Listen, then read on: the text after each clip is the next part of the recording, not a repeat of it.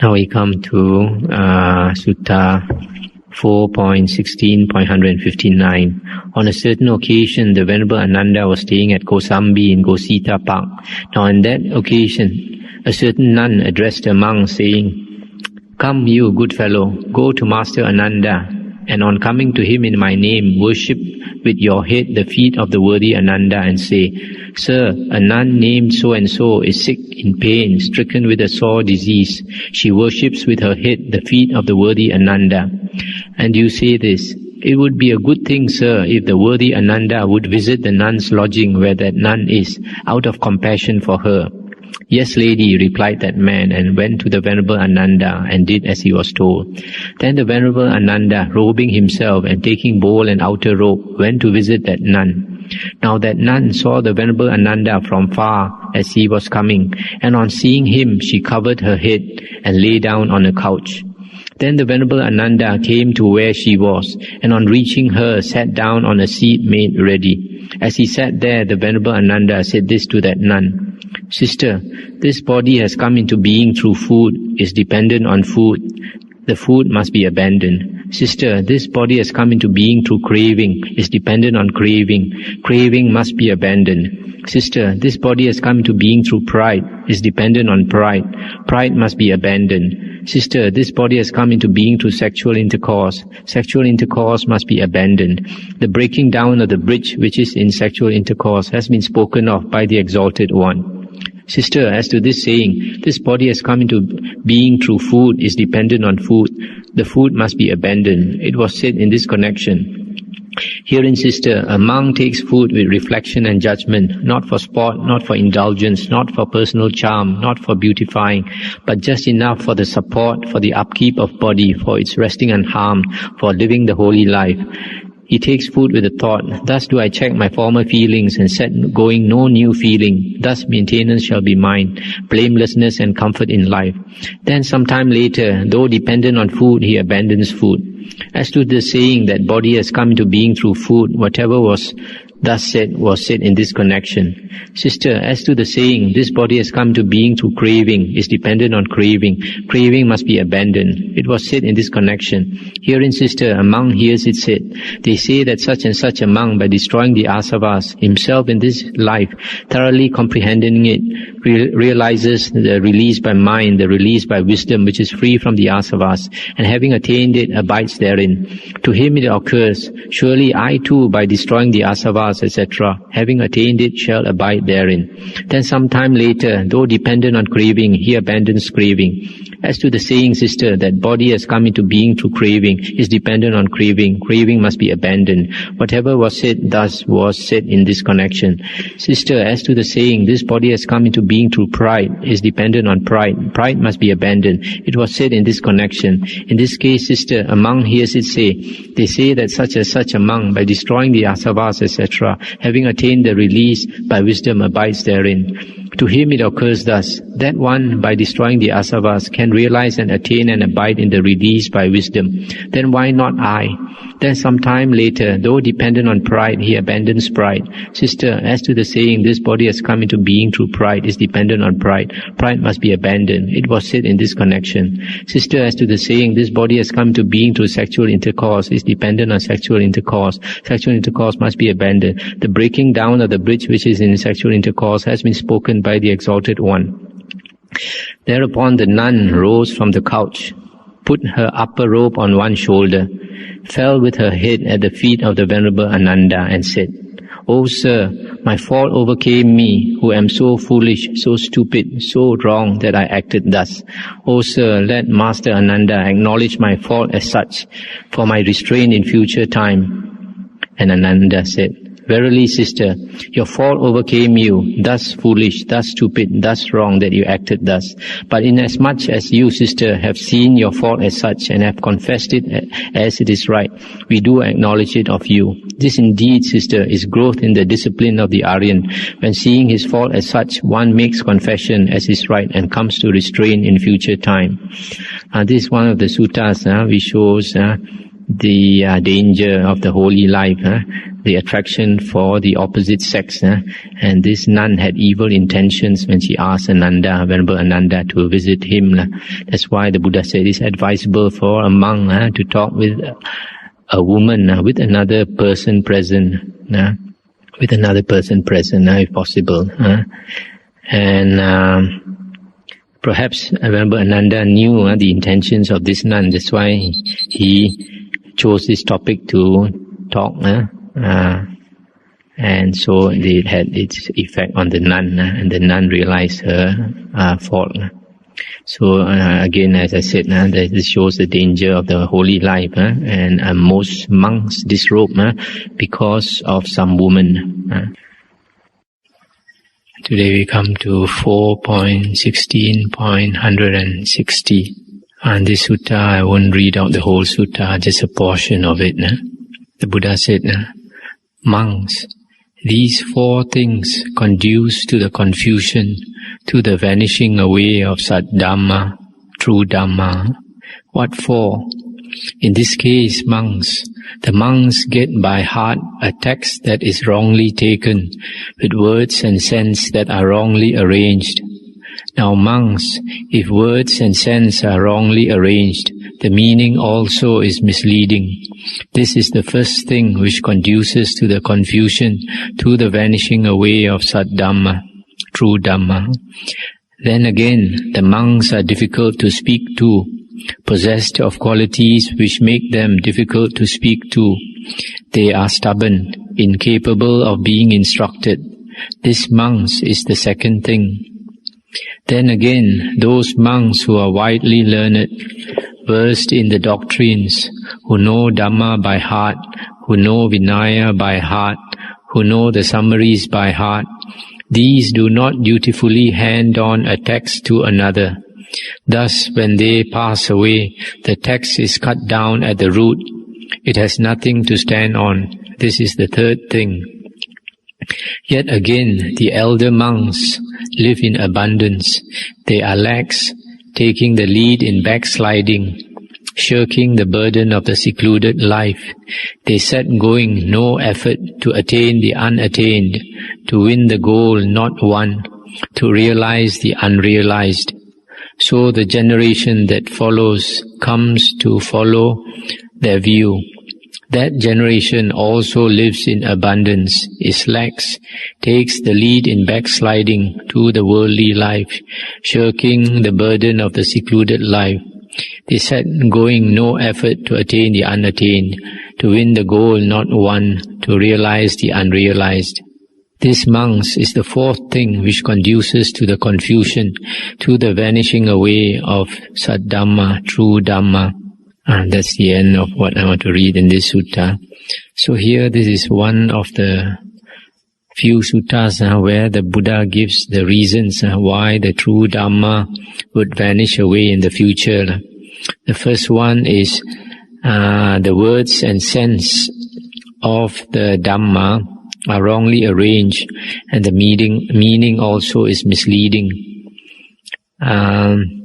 This one could refer to the wrong teachings that the Buddha predicted would appear 500 years after the Buddha's parinibbana, and because of what the Buddha calls counterfeit teachings, false teachings that appear and multiplied.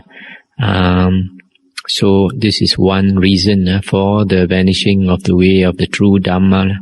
So we have to study the Dhamma and know which are the wrong teachings. It is not easy because we have to study quite a lot to know which teachings are contradictory, which teachings are consistent. And if we do that, we'll find that the earliest four Nikayas, those are the books which are very consistent, whereas later books, there are contradictions in the later books. And the second reason is that the monks are not interested in the training. The Buddha always talked about the training for a monk, Catukkanipata, the practice of the holy life. And there are some monks who are stubborn and they refuse to change their bad habits. They won't take instructions. And so because of that, they cause people to lose faith in the Sangha. And when people lose faith in the Sangha, they turn away from the religion. So that is why, like in the forest tradition in Thailand, they don't ordain somebody very easily. Somebody who wants to ordain as a monk, first they come in as what they call a pakao, one who wears the white cloth. And that is 8 precepts. They keep the 8 precepts for a minimum of 6 months. And then after that only, they are given the Samanera precepts. And then after at least 6 months as a Samanera, then they ordain in the higher ordination. So this gives time to examine the candidate to see whether that person is really suitable for the higher ordination. Then the third reason is that the senior monks who are learned in the Dhamma Vinaya, they don't hand the text to another. In the earlier days, the Dhamma, the suttas, was not put down in writing, so it was transmitted verbally from one monk to another. So if the earlier monks, if they were lazy and they did not take the trouble to memorize the suttas and hand down from one generation to another, the suttas would have disappeared. So now the suttas are in writing, but now we have to take the trouble to teach the Dhamma Vinaya, the suttas and the Vinaya, so that they are well propagated, so that people know the true teachings of the Buddha, so people are not confused with wrong teachings. So it is our duty to teach and also to spread by perhaps printing of books, by tapes, etc. Then the fourth reason for the disappearance of the true Dhamma is the senior monks. Theras, they live in abundance, they are lax, they take the lead in backsliding, and they don't make any effort to attain the goal of the holy life, which is to end our suffering, to end the round of rebirths. So because the senior monks set the example, the junior monks also follow them and become lax, live in luxury, etc. So this is another reason why the true Dhamma would pass away. So we have to be careful of these reasons and try to lead our life and conduct ourselves so that we can preserve the true Dhamma. Now we come to Sutta number 4.17.162. The Buddha said, "Monks, there are these 4 modes of progress." What 4? The painful mode of progress with sluggish higher knowledge, abhinya. The painful mode with swift higher knowledge. The pleasant mode of progress with sluggish higher knowledge. The pleasant mode of progress with swift higher knowledge. These are the 4 modes of progress. And of what sort, monks, is the mode of progress that is painful with sluggish higher knowledge? In this case, a certain one is by nature passionately lustful. He experiences the perpetual pain and dejection that are born of lust, raga. Likewise, he is by nature malicious. He experiences the perpetual pain and dejection that are born of ill will, dosa. Likewise, he is by nature deluded. He experiences the perpetual pain and dejection that are born of delusion, moha. In such a one, these 5 controlling faculties are dully manifested, namely, the controlling faculty of faith, of energy, of mindfulness, concentration, and the controlling faculty of wisdom. Thus, owing to the dullness of these 5 faculties, sluggish is is his attainment of the concentration that follows on for the destruction of the asavas. This, monks, is called the progress that is painful with sluggish higher knowledge. And of what sort, monks, is the mode of progress that is painful but with swift higher knowledge? In this case, a certain one is by nature passionately lustful, malicious and deluded, and he experiences the perpetual pain and dejection that are born of lust, ill will and delusion. In such a one, these 5 controlling faculties are manifested in abundance, namely the controlling faculty of faith, energy, mindfulness, concentration and wisdom. Thus, owing to the preponderance of these 5 faculties, swift is his attainment of the concentration that follows on for the destruction of the asavas. This, monks, is called the progress that is painful, but with swift higher knowledge. And of what sort, monks, is the mode of progress that is pleasant, but with sluggish higher knowledge? In this case, a certain one is not by nature passionately lustful. He does not experience the perpetual pain and dejection that are born of lust, nor is he by nature passionately malicious. He does not experience the perpetual pain and dejection that are born of ill will, nor is he by nature deluded. He does not experience the perpetual pain and dejection that are born of delusion.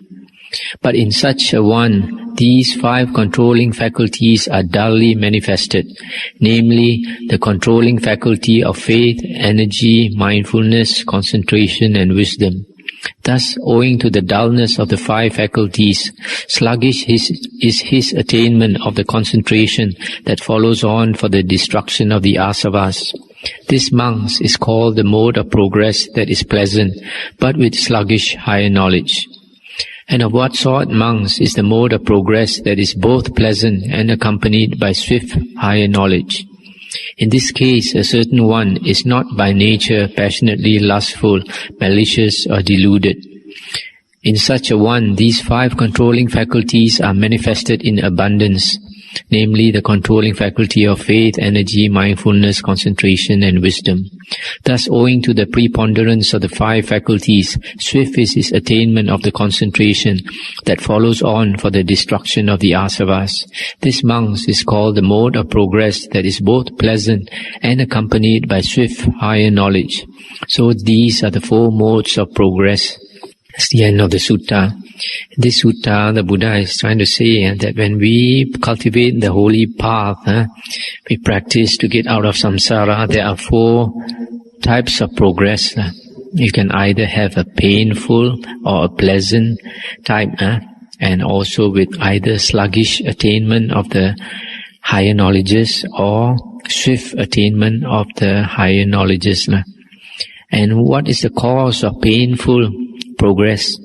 Painful progress is to be found in a person who has these 3 weaknesses: lust, anger or ill will, or hatred. And the third one is delusion. If these 3 qualities are very strong in a person, he is continually he experiences the pain and dejection due to these 3 things. So because of this, these 3 things are always bothering him, so his progress is always painful.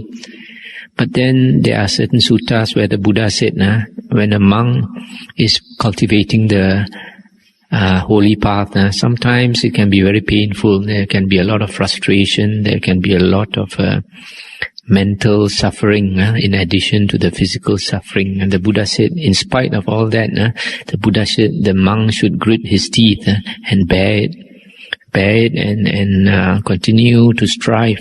And then one day he'll pass that stage. So this is a painful progress in the holy life due to these 3 factors: lust, hatred or ill will, and delusion. And if a person does not have these 3 things to bother him, then he makes pleasant progress.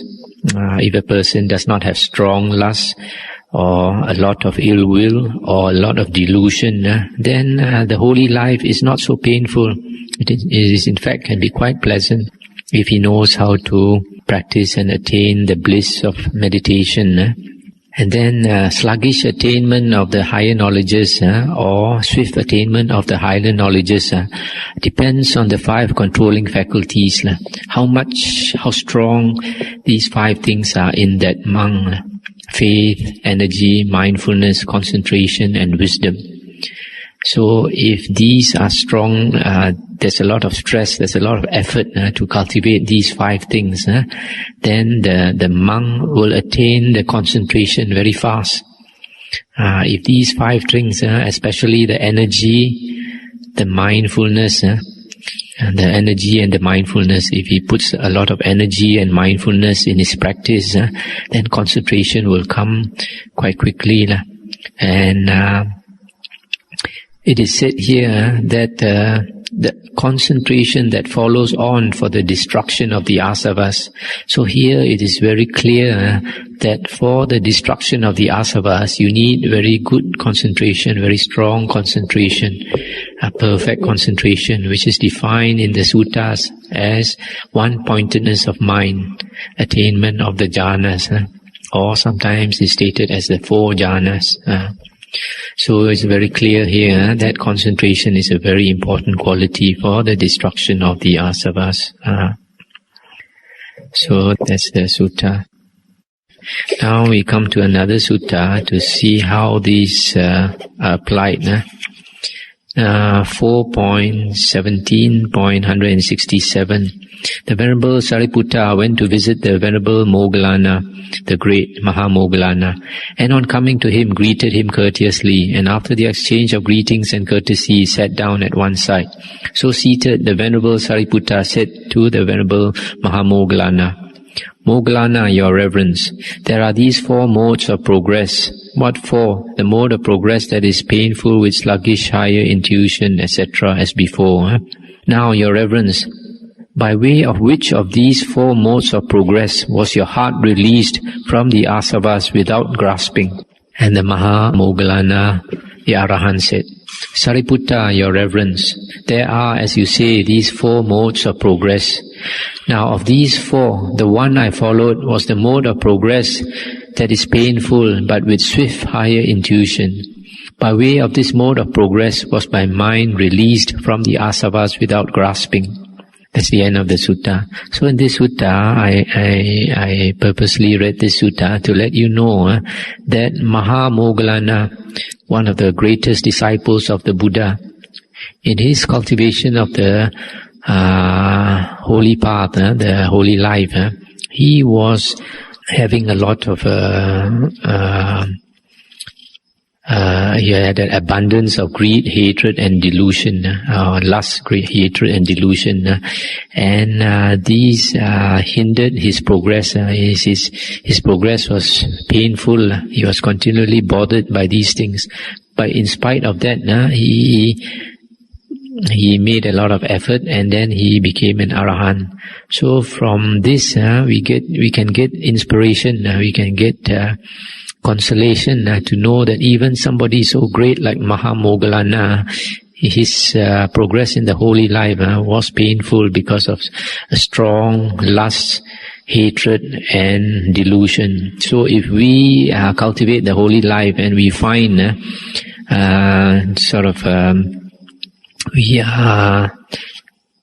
we feel that practice of the holy life is so difficult and we are not getting inspired, then we should think of somebody like Mahamoggallana. If we follow his example and strive, one day we'll also come to distinction.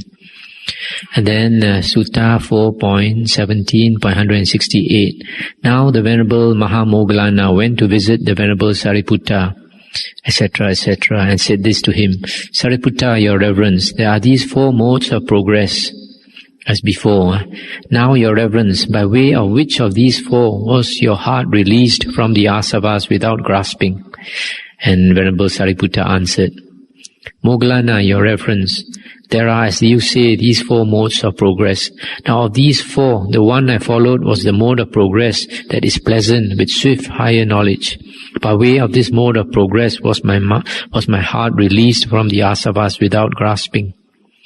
So in this sutta you find that the Venerable Sariputta, he had what we say stronger paramis, stronger, better, higher perfections of character, so that he was not very much disturbed by lust, hatred and delusion. So his progress was pleasant, and because he made great effort, it was also very swift. Now we come to Sutta number 4.17.169. This is quite an important sutta. Monks, these 4 persons are found existing in the world. What for? Herein, monks, a certain person in this very life is set free, but with some effort. Again, another person is set free when body breaks up, with some effort. Herein again, monks, a certain person is set free in this very life, but without effort. Yet again, another person is set free when body breaks up, without effort. Now monks, how is a person one who in this very life is set free, but with some effort? In this case, a monk lives contemplating the loathsomeness of body, aware of the repulsiveness of food, aware of his distaste for all the world, aware of impermanence in all the conditioners, sankharas. Thus, awareness of death is well implanted in the very self. He lives dependent on these 5 powers of a pupil: the power of faith, that of conscience, that means the fear to do wrong, remorse means a sense of shame of having done wrong, and energy and the power of wisdom. In him, these 5 controlling faculties are also manifested in abundance, namely the controlling faculty of faith, energy, recollection or mindfulness, concentration, and wisdom. Thus, by the preponderance of these 5 controlling faculties in this very life, he is set free, but with some effort. And how, monks, is a person again set free when body breaks up, with some effort? In this case, a monk lives contemplating the loathsomeness of body, aware of the repulsiveness of food, aware of his distaste for all the world, aware of impermanence in all the conditioners. Thus, awareness of death is well planted in the very self. He lives dependent on these 5 powers of a pupil, namely the power of faith, conscience, remorse, energy, wisdom. But in him these 5 controlling faculties are dully manifested, namely the controlling faculty of faith, energy, recollection or mindfulness, concentration and wisdom. Thus, by the dullness of these faculties, he is set free, but with some effort when body breaks up. And how, monks, is a person set free in this very life, but without effort? In this case, a monk, aloof from sense desires, etc., etc., enters and abides in the first jhana, the second jhana, third jhana, fourth jhana. He lives dependent on these 5 powers of a pupil, that is faith, conscience, remorse, energy and wisdom. In him the 5 controlling faculties are manifested in abundance, that is faith, energy, recollection, concentration, wisdom. Thus, by the preponderance of these 5 controlling faculties, he is set free in this very life without effort. And how, monks, is a person again one who is set free without effort when body breaks up? In this case, a monk, aloof from sense desires, etc., enters on the 4 jhanas and abides therein. He lives dependent on the 5 powers of a pupil, but in him the 5 controlling faculties are dully manifested. Owing to the dullness of these 5 faculties, it is not till body breaks up that he is set free without effort. So these are the 4 persons found existing in the world. Here, this sutta is about the arahants, how they attain arahanthood. So here we find there are different conditions. There is one who is set free before he is dying. He attains arahanthood before he dies. And it can be with effort or it can be without effort. And then there's another type who only attains arahanthood on his deathbed when he is dying. And that also with effort or without effort. And then we find the first one, the one who is set free before death, with some effort, he does not have the 4 jhanas, but the 5 faculties are strong. Because the 5 faculties, 5 controlling faculties are strong, then he is set free before death. The second one is set free at death, but with some effort. With effort. Also, he does not have the 4 jhanas, but he has the 5 faculties in a quite weak. His 5 faculties are weak, and then he's set free only when at the time of dying. And the third one, he's set free before death, but without effort. And this one possesses the 4 jhanas, and the faculties are also very strong. And the last one is set free only at the death, and without effort. He possesses the 4 jhanas, but the faculties are weak. So, when a person possesses the 4 jhanas, you can see from here that he attains arahanthood without effort. So, with the 4 jhanas, he attains arahanthood without effort. Whereas without the 4 jhanas, he needs effort. But this does not mean that he does not have any jhana, because in all these cases, he has the 5 faculties. And in the 5 faculties, you'll notice, the 5 faculties are faith, energy, recollection or mindfulness, concentration and wisdom. So one of the faculties is concentration. And concentration, perfect concentration, even for the faculties, are the 4 jhanas. So when you say that the faculties are weak, it means probably that he has only 1 jhana. 1 jhana or 2 jhanas, probably 1. And then when the faculties are strong, probably he has 2 or 3 jhanas. 2 or 3 jhanas. Whereas when the faculties are perfect, then he has all the 4 jhanas. Because in the earlier suttas we read that an arahant and an anagami must possess the jhanas to attain anagami and arahanthood. So that's about the jhanas. And then you notice that all of them, they contemplate the loathsomeness of the body, aware of the repulsiveness of food, aware of the distaste for the world, aware of impermanence in all the conditioners. Thus, awareness of death is well planted in the very self. So this awareness of death is one thing that is very important. If we practice the holy life, we should always contemplate death, always remember that death is very near. Anytime we can pass away. Firstly, it gives us a sense of urgency, and secondly, because of that, as a result of that, we are more mindful. Our sati is stronger. Sati is very important for concentration, and concentration is very important for the destruction of the asavas. So that's the one thing you have to remember. These few things: loathsomeness of the body, repulsiveness of food, distaste for the world, impermanence in all the conditioners and the conditioned things. Then awareness of death. Then the second thing we want to note is the 5 powers of a pupil. Pupil is one who is cultivating the holy life. And these 5 powers of a pupil are faith. Faith is quite important. That means having trust or confidence in the Buddha's teachings, especially. Normally we say in the triple gem. Basically, it is the Dhamma. And then conscience. Conscience is the fear to do wrong. That means before you do any wrong, you have that fear of doing wrong. And then that is hiri. Then the third one is remorse. Remorse is a sense of shame. Sense of shame if we have done anything wrong. We regret it. That is ottappa. These two things, conscience and remorse, hiri ottappa, they're quite important qualities for a person on the spiritual path. And then energy and wisdom. These are the 5 powers of a pupil.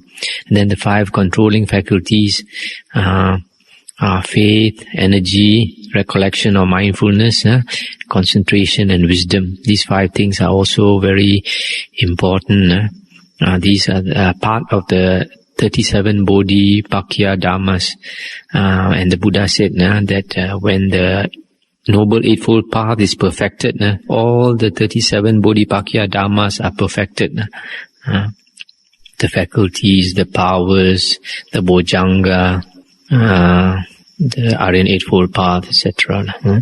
So you can see that for liberation in this life, these few things are important. The constant contemplation of death, then the 5 powers of a pupil, the 5 controlling faculties, and the jhanas. If you have the jhanas, then we don't need so much effort. But then we have seen in some earlier sutta that the jhanas are important if we want to attain anagami or arahanthood. And some people, because they find attaining the jhanas are so difficult, then we can concentrate on listening to the suttas, because the Sotapanna and the Sakadagami, we don't need the jhanas. And in the suttas, we find that a lot of people enter the stream from listening to the suttas. So it is good. We put a more effort on learning the suttas. Once we have this foundation, later we can concentrate on attaining concentration.